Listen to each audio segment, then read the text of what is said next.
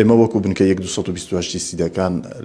بەگشتی لە سنووری قەزای سیدەکان تا ئێستا 13596 کەس مافی دەنگدانی هەیە بۆ هەڵبژاردننی داهاتووی پەرلەمانی هەرێمی کوردستان. طبعا ئەم ڕێژەیە دابەش بووە بەسەر 8 مەرکەزی دەنگدان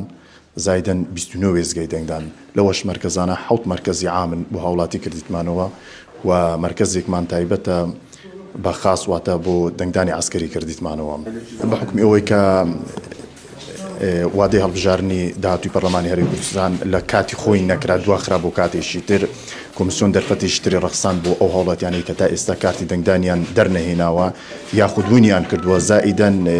موالیدی 2006 ئیزافە کردوتە سەر دەتوانێت لە ئینتخابی داهاتوو بەشدار بێ و بێ سەردانمان بکات و خۆ تۆمار بکات. طبعا ئێستا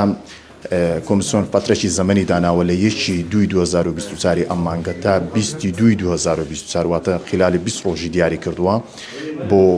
ئەوانەی کە تا ئێستا وەکوتم کارتیان دەرنەیناوە و زائیدەن موالیدی 2006 دەتوانن لەم فترە تەحدیدیە بێن خۆیان تۆمار بکەن و لۆ ئەوی کارتی دەنگدانیان لۆ دەربین و بەشدار بن لە ئینتخابی داهاتووی پەرلەمانی هەرێمی کوردستان. بەحقیقەت بۆ ئێمەش جێگای نیگەرانی بوو تا ئێستا ئەو کارتانە نەگەڕاینەوە. ئێمە لە پاش ئینتخابی 2021 ئەنجومەن نوێنەرانی عێراق تا لەو ڕۆژەوە کارمان کردو تا ئێستا بە بەردەوامی ڕۆژانە کارتمان بۆ هاوڵاتیانی خۆمان دەرهێناوە تا ئێستا کارتەکان نەگەڕایتەوە. جێگای نیگەرانیە لۆ ئێمەش بەس بەحقیقەت من لێرەوە دیسان ئەیڵێمەوە کە کارتی هیچ کەسێک ناپەوتی بۆ ئینتخابی داهاتوو هەموو کارتەکان دەگەڕێنەوە بەردەست دەبن و دەگاتەوە دەستیان بادڵنیا بن بەشدار ئەبن لە ئینتخابی داهاتوو هیچ کێشەیەکیان نابیت. ئیشی گواستنەوەی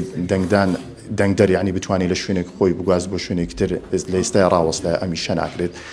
چون مانجی 8 و مانجی 9 دوو مانگ لە 2023 ئەم وادەیە یعنی ئەو فترەیە بۆیان دیاری کرابوو کە ئەوانەی لەو کاتی هاتینە ئیشی خۆیان کردیە ئەو ئیشەکان لۆ جێبەجێ ئەبێت. لە ئێستاە تەنها وەکوتم ئەم 20 ڕۆژە وەکو دەرفەتێکی داوە بۆ ئەوەی تەنها بەس خۆ تۆمارکردن ئیشی گواستنەوە بەداخەوە ناکرێت. ئەمە نەتوانین ڕێژێ ئەوانە دیاری بکەن کە چەند کەس 2006 مایە لەم سنوورە لە سنووری قەزای سیدەکان تەنها لە لایمە ئەوانە دیار ئەکرێت کە دێن سەردانمان ئەکەن تا ئێستا تقریبان 30 تا 35 لە خلالی ئەم 5-6 ڕۆژە 35 نەفەری هاتووە تەنیا ئەوەی مالی 2006 گەنجەکانمان بۆ لێرە من بەحقیقەت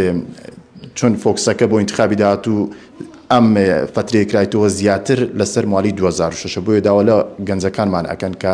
لەم فترەیە تا 20 مانگ بێن سەردانمان بکەن لۆی تۆماریان بکەن و کارتی دەنگدانیان لۆ دەربینین و بەشدار بن لە ئینتخابی داهاتوو. کارتونکردن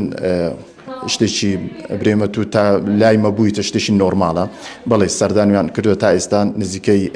5 کەس بۆ 6 کەس هاتوونە کارتیان ون کردو و مامەڵەی خۆیان کردو و مشکلیان نابی کارتەکانیان بۆ دەگەڕێتەوە.